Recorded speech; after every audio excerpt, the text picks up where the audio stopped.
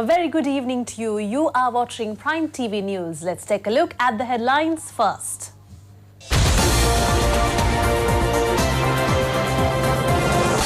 The Speaker responds to the requests to be the presidential candidate. A presidential commission is sought on the Lotus Tower scam. Water level of several rivers are on the rise. The Alpedia Pradeshia Sabha election challenged. And in headlines overseas, UK Supreme Court begins hearing on Parliament suspension.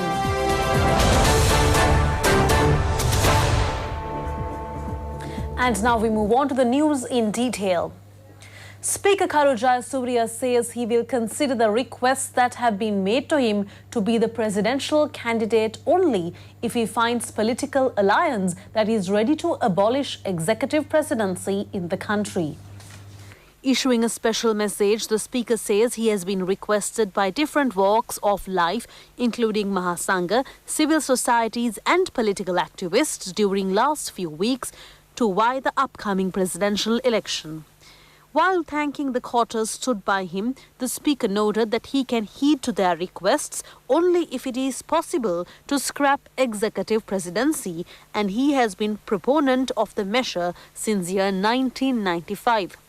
He added that he will only work with a political coalition that is ready to strengthen democratic reforms that were founded by the 17th Amendment to the Constitution and confirmed by the 19th Amendment. The Speaker also said that he has no intention to grab the power in the country rather than giving teeth to democratic institutions. Parliamentarian Tushar Indunil emphasizes that a presidential commission should be appointed immediately to inquire into the mega scam of 2 billion rupees done by Rajapakshas when constructing the Lotus Tower. Tushar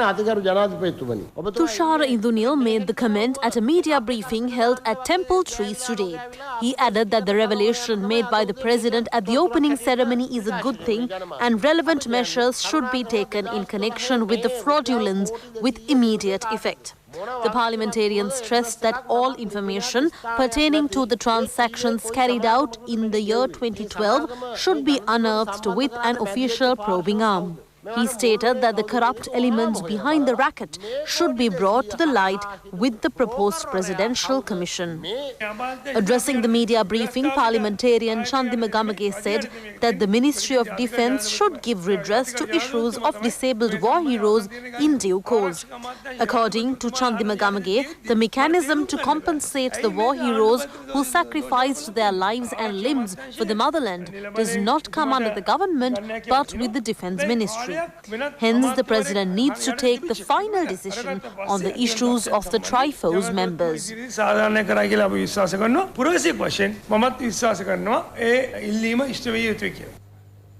Taking a look at the updates on weather, the Met Department announces that showery conditions over the island, particularly in the southwestern part, is expected to continue further.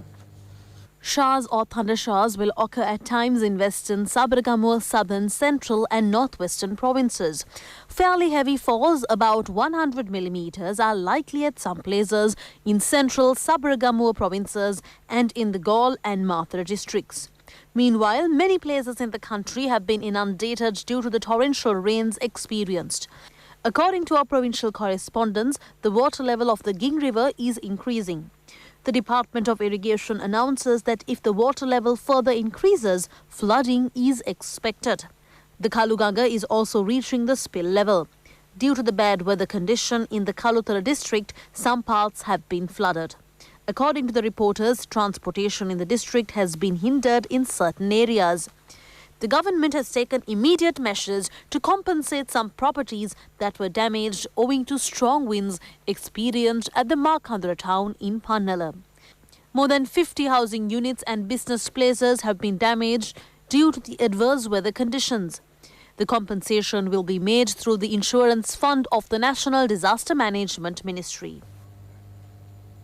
3 fundamental rights petitions were filed before the Supreme Court demanding to issue an order to suspend the Alpedia Pradeshia Sabha election.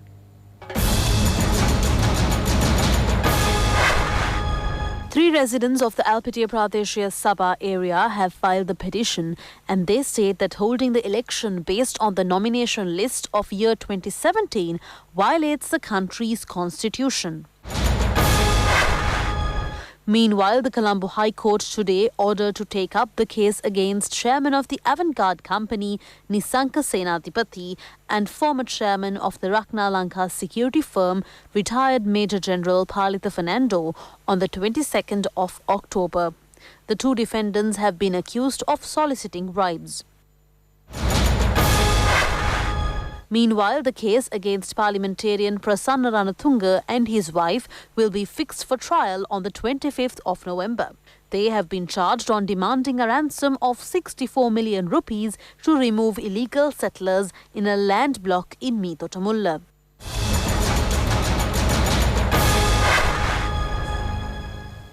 A meeting between the Commissioner General of Elections and representatives of the political parties was held at the Elections Commission today.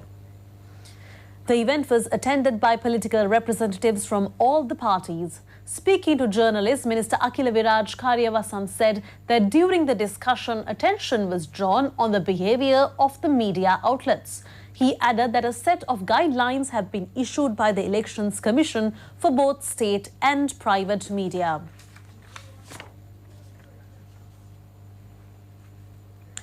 8 police officers attached to the Chilao Police Headquarters have been interdicted.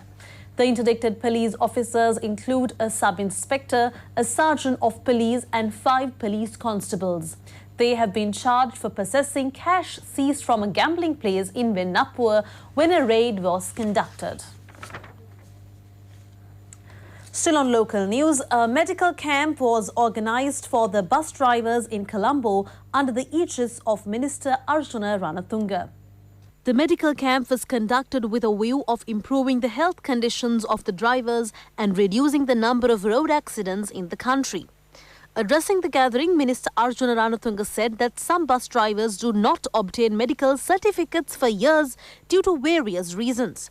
He noted that a new program will be introduced to ensure the obtaining of a medical certificate by the bus drivers compulsorily. The minister said that information has been revealed that some bus drivers are addicted to drugs. He stated that if such drivers would be traced, their driver's license will be cancelled. State Minister Ashok Abhay Singh said that between 5,000 to 6,000 people obtain driver's licenses every day. He highlighted that as a result of the discrepancies in methods of issuing driving licenses, the number of road accidents are on the increase. Employees of the Janata Estates Development Board were granted land deeds today under the patronage of Minister Lakshman Kiriyalla. The employees of the board were given land blocks under the Haritha Bhumi program of the government. Accordingly, 300 deeds were distributed among workers attached to the board in Hantana, Galaha, Munaragala and Bopitia. More than 7,000 land blocks were already given to estate workers island-wide under the Haritha Bhumi initiative. Addressing the gathering, Minister Kiriyalla said that 85% of the island's land is owned by the state. He added that some elements who are opposing certain development programs envisaged by the current government had leased out 500,000 acres of land to 9 private companies in 1995. The minister said that he has instructed the Treasury that Janata Estate Development Board should receive tax money pertaining to the said land blocks given to the private companies. He pointed out that around 1 billion rupees is paid to the government by the company owners. The minister stressed that if the Janata Estate Development Board receives the tax money, no financial burden will be shouldered by the organisation.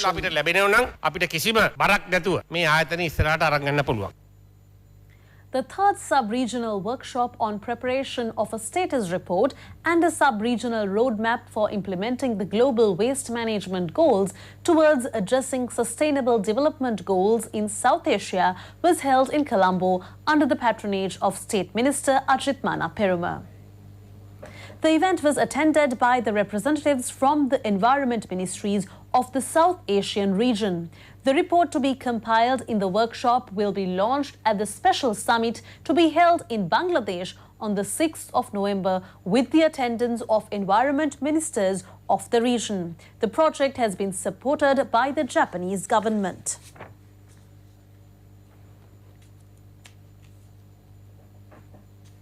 The 113th birth anniversary of former President J.R. Jayawardena was marked at the J.R. Jayawardena Centre today. J.R. Jayawardena, who was born on the 17th of September 1906, had been known as a legendary politician of Sri Lanka. He happened to be the first executive president in the country. J.R. Jayawardena, who was elected from the Kalaniya electorate at 36 years of age, held a cabinet ministerial portfolio for 15 years. He used to be the opposition leader of the parliament from 1970 to 1977. Winning the election, J.R. Jayawardena became the first executive president in February 1978. He was the father figure of a range of development programs in the country, including the Colombo Plan, the Expeditious Mahaweli Scheme, and the introduction of the open economy.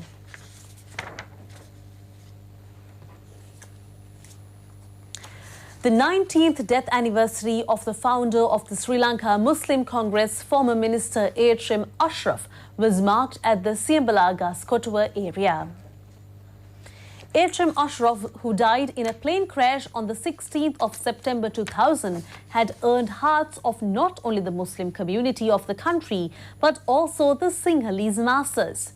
H.M. Ashraf was holding one of the most powerful ministerial portfolios of the government at his demise. The death anniversary was marked with the presence of a number of politicians, including Minister Rauf Hakim and party stalwarts.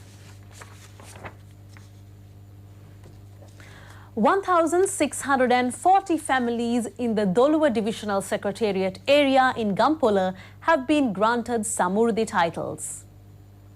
The beneficiaries received their titles under the patronage of the UNP chief organizer in Gampola, Mayor Samantha Arunakumara.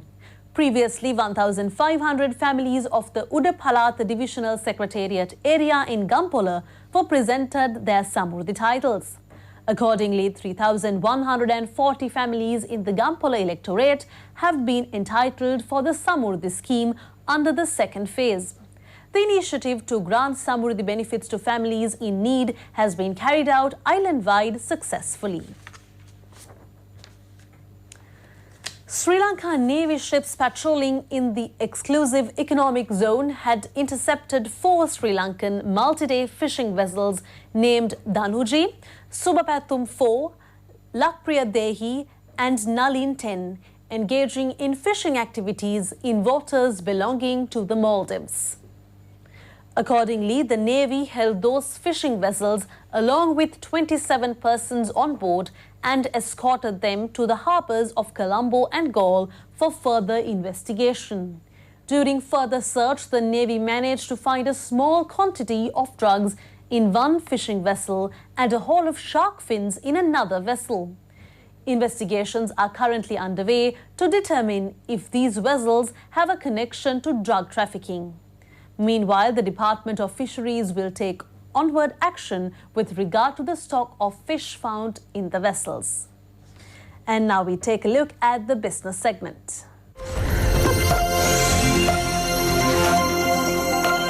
A conference on investment and commerce was held in Colombo under the auspices of Minister Malik Samaravikrama. The event has been organised by the Ceylon Chamber of Commerce. The event is aimed to attract foreign and local investors for business ventures in the island. A range of investment opportunities was unveiled in the event.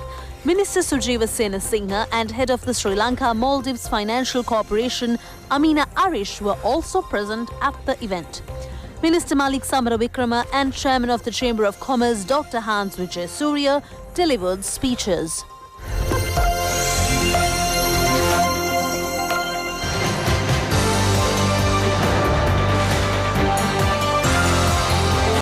That's all the news we have for you tonight. I'm Humayangi Vijay Surya signing off for Prime TV News. Good night.